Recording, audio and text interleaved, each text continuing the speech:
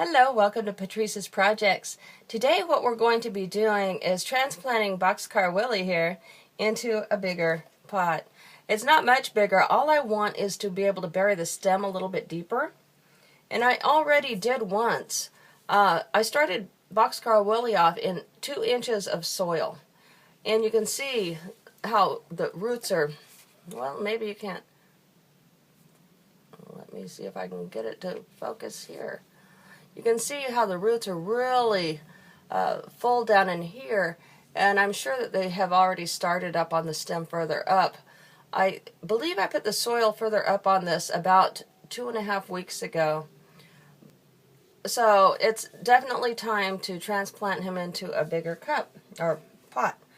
So what I've done here, I started to do it without you earlier, and then I decided, okay, I'm going to go get my camera, and then I realized I needed to harvest lettuce, and then I did this little clip. It was something that I had never seen before. Maybe you have, but I haven't, so here it is.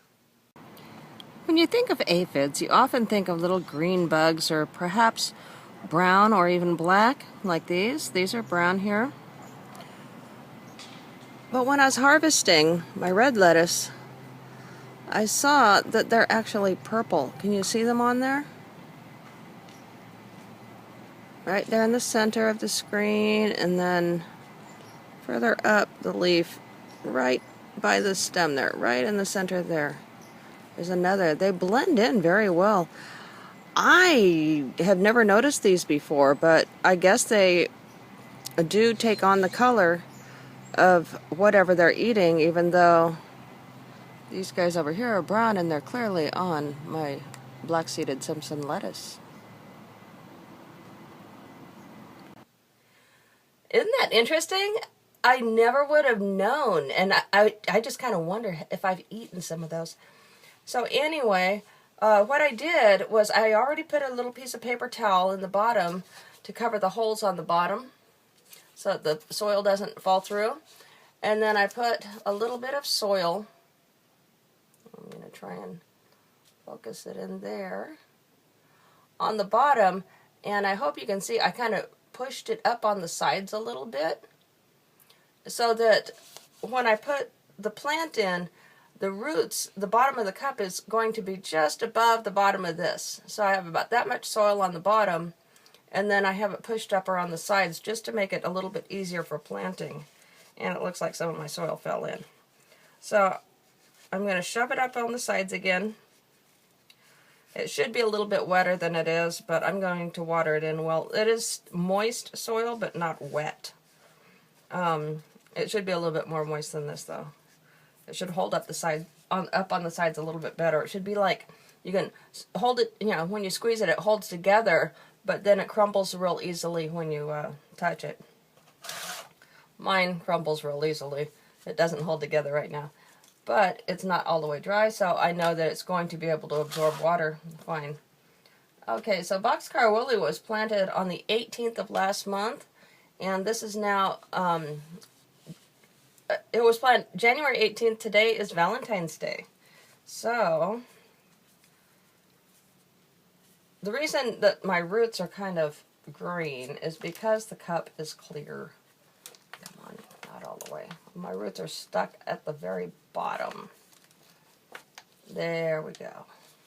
See, they were holding on to the bottom of the cup with this ridge around here. And I'm just going to loosen that just a little bit. It's going to be able to come out of there fine. It's not, I mean, it is root bound, but it's not terrible. I've done worse. But this definitely should have happened several days ago, but we've had some incredibly warm weather, and so a lot of things out in the garden needed happening. So okay, I've got that loosened up, and I'm just going to put it all the way down there, and you see how far down into the cup or the pot it went. I hope you were seeing me loosening the roots. Sorry about that. Patrice. Okay, let's aim you downward. Is that better? Okay, now you can see what I'm doing.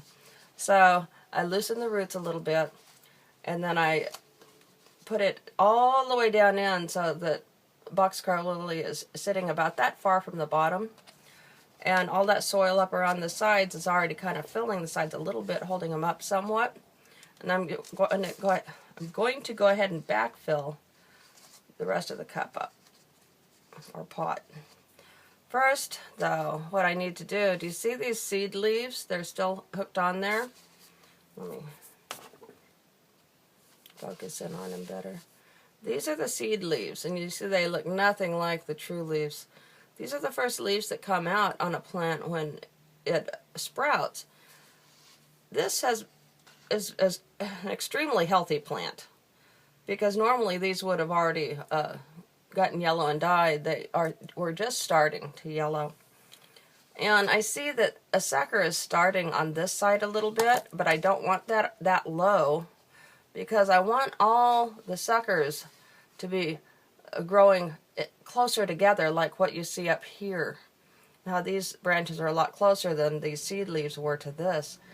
And when it grows up just a little bit more, I'm going to pinch the top off and do the Praxxux method and try and promote the sucker growth so that I have many more stems coming out of the ground.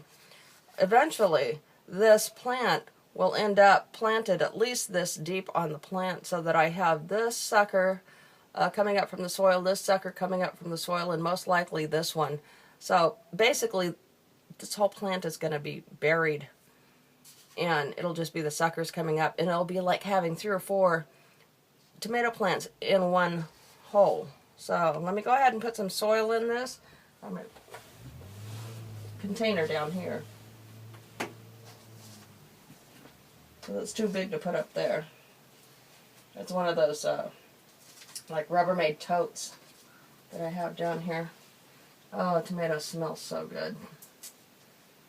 Okay, so I filled it to the top, and then I gently pressed the soil down, just very gently, you know, like not much at all. And I'm refilling it to the top, because when I water it, it's also going to compact the soil down some. Alright. And I'm going to like pat it, because I want to make sure that the soil gets down in all the little crevices.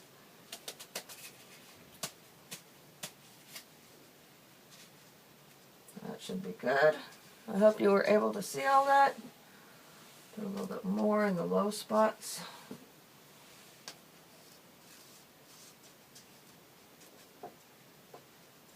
Alright, so you went from a long spindly plant to this.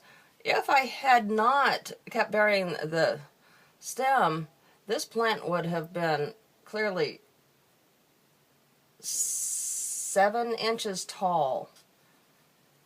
But now I have a 4-inch tall plant, so that's what I want. And I'm going to, when I put it into either its next pot or into the soil, like I said, I'm going to bury it deep, and all the suckers will have grown out by then, because as soon as one more leaf starts from the center, then I'm going to go ahead and pinch it off. So that's how I'm doing my tomatoes, and this is not my method. I got this from Ray at the Praxxux 55712 channel, and I'll put that right here.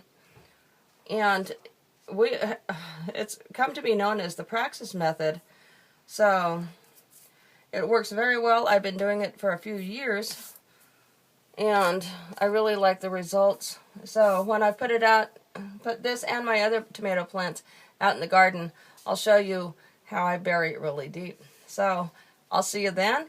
And if you haven't yet subscribed to my channel, go ahead and do that now, and then click the bell button so you get notifications of my upcoming videos.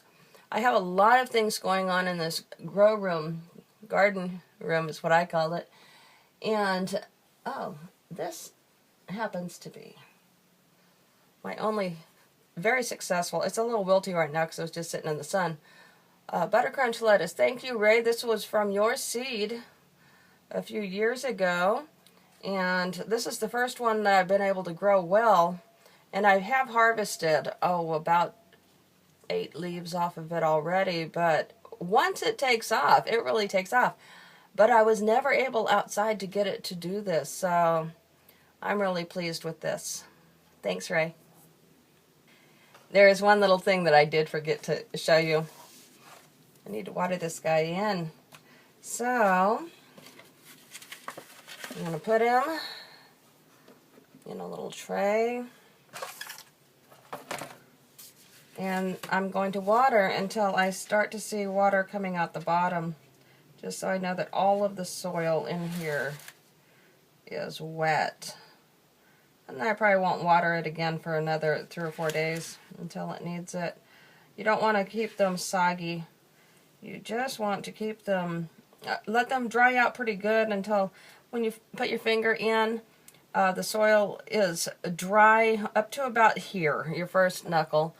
And when it's dry like that, go ahead and water it well, so that the water gets all the way to the bottom of the roots, encouraging the roots to stay nice and low, because here in California, we have really hot summers and such.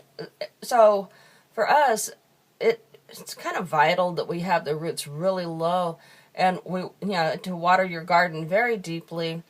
And the surface is going to dry completely when you have 110 degrees out, or even upper 90s, and that's what our temperatures are in the summers. So growing the Praxxux method really does help my plants a lot. I actually need to put a touch more water in here. It didn't come through yet. That should be about it right there. So, okay, thanks for watching. I really do appreciate it. If you haven't yet subscribed, go ahead and do that now, and then click the bell button for notifications of the upcoming videos. One of those will be planting these in the garden. And, yep, I've got it dripping out the bottom. That's exactly what I want to see. As soon as it is done draining out like that, I'm going to put it onto something dry, because I don't want it sitting in this water and just staying soggy down there. You could rot your roots that way. Anyway, back to where I was. If you like the video, go ahead and give me a thumbs up. I'd appreciate that.